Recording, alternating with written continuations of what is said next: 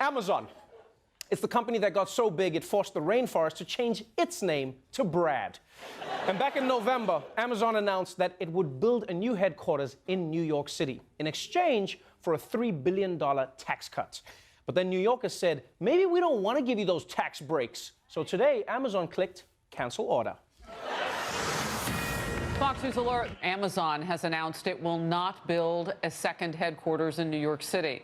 It is a surprising reversal, coming after growing opposition from local and state officials. Woo! That's right, Jeff Bezos. Get the out of here! Get out of here! Oh, and I'm also waiting on a loofah I ordered. Please, could you check on that, Jeff, if you don't mind? I don't know if it's coming or not. Now, the reason Amazon pulled out is that residents of New York City took to the streets in protest. Yeah, that's why this happened. Yeah, that's right. Because these people were like, yo, can't just come here with this whole corporate thing. This is New York.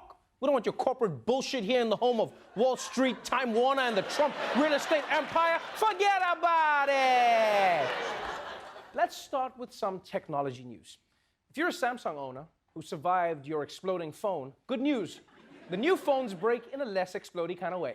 Samsung is postponing the release of its highly anticipated Galaxy Fold smartphone. That's after reviewers reported problems with those screens that fold like a sandwich. Test users reporting all sorts of problems, debris getting underneath the screen, malfunctioning displays, even total failure of the device after just a couple days of basic usage.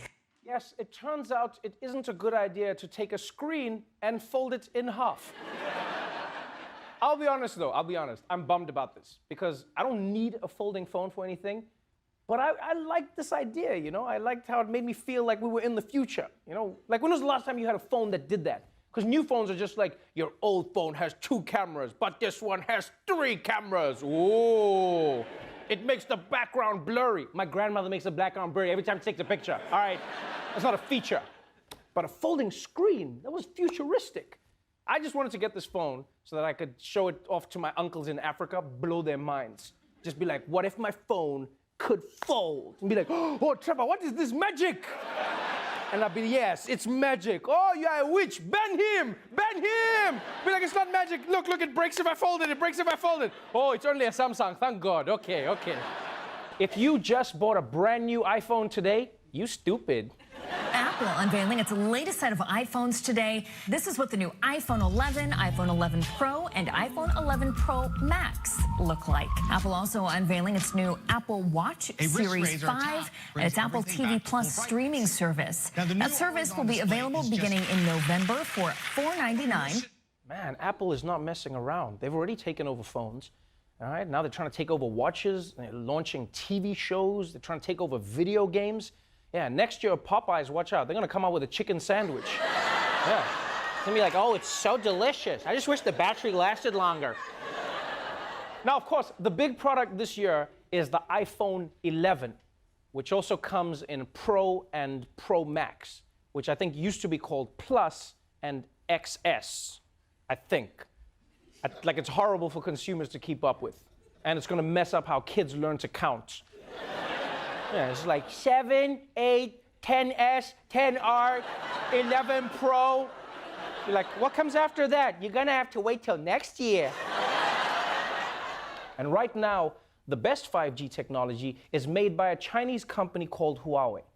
And because the Chinese company is Chinese, many governments don't trust how secure it's gonna be. Huawei may be best known to most people for making phones, but it's also a leading player in building the infrastructure for all our communications. Critics fear that allowing it to build 5G could enable the Chinese state to spy on or even switch off the flow of data we will all depend on. Imagine that.